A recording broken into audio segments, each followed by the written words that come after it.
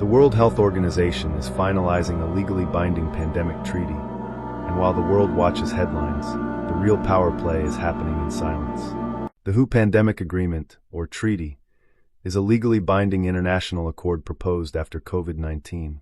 Its stated goal? To ensure better global cooperation in future pandemics. Sounds reasonable, right? But here's the issue. Under this treaty, countries may cede authority over pandemic response, including lockdowns, vaccine mandates, travel restrictions, and surveillance protocols, to the World Health Organization. The current drafts include troubling clauses. They propose that the WHO can declare a pandemic emergency, even based on the threat of one. Member states must follow WHO directives on public health measures. Countries must share data, resources, and even vaccines, possibly without full national oversight.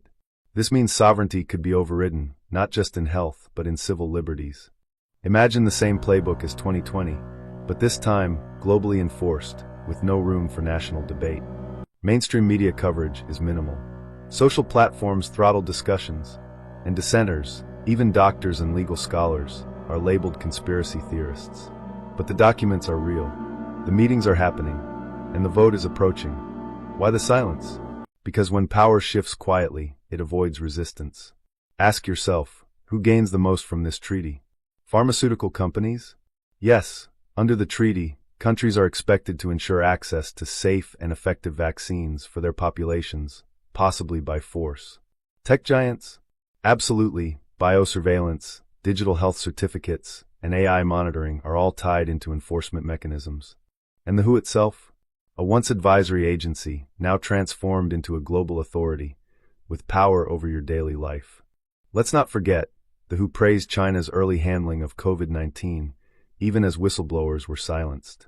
They recommended policies that triggered global economic collapse, mental health crises, and civil unrest. And now they want more power, not less? This isn't about conspiracy, this is about accountability. This treaty aligns with the growing push for global governance. Digital IDs, central bank digital currencies, CBDCs, climate-based travel restrictions, AI-driven social compliance. Are we witnessing the slow construction of a system where freedom is replaced by safety? And if we give this power away now, what comes next? You're not powerless. Awareness is the first step. Talk about it. Share real sources. Demand transparency from your leaders. Contact your representatives, especially if you're in a country that has voting power in the WHO. Because if we don't stand up for freedom today, tomorrow we may not have the choice.